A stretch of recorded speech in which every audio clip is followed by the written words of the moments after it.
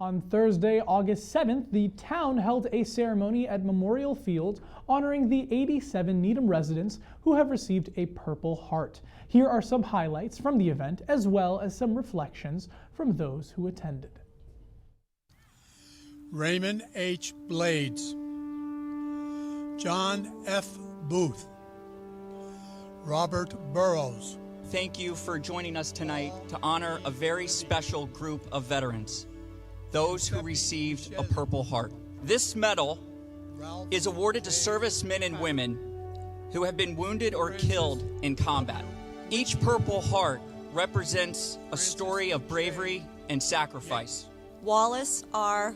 Baker, Frederick I. Barlow, Jr., David Borelli. So my uncle was Damon Borelli. He was in Company A. He was in World War II in the Normandy invasion.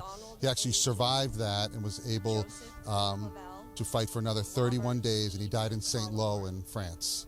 He was one of 9 Borellis in Needham and one of 6 brothers to serve. Having that legacy in the family, these ceremonies must mean a whole lot to you. Oh, absolutely. You just know the sacrifice that all these men, what they did for this country, and during Memorial Day, and same type of feeling. I used to be on the board of selectmen, and you'd have speeches, as you know, around every stop, and it's poignant, and you just understand the sacrifice that not only they went through, but their families went through when they went off to war.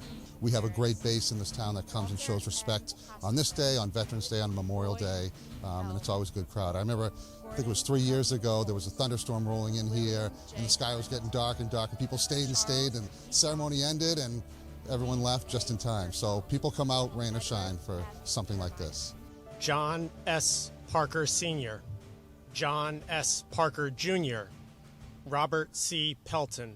Moved to Needham 3.5 years ago, so not that long around in these parts. I served in the United States Army as an infantry officer, deployed to Afghanistan in 2013.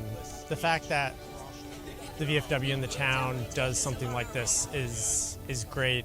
Having these ceremonies and saying their names ensures that their sacrifice is not forgotten.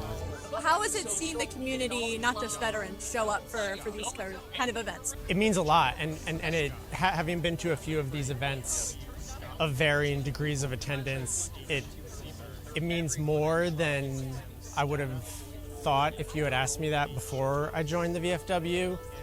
But even if it's just walkers passing by and stopping for a moment, the more people, the better. Remember the legacy of our Purple Heart veterans, and may their stories inspire us to live with the same level of dedication and courage that they did. Thank you.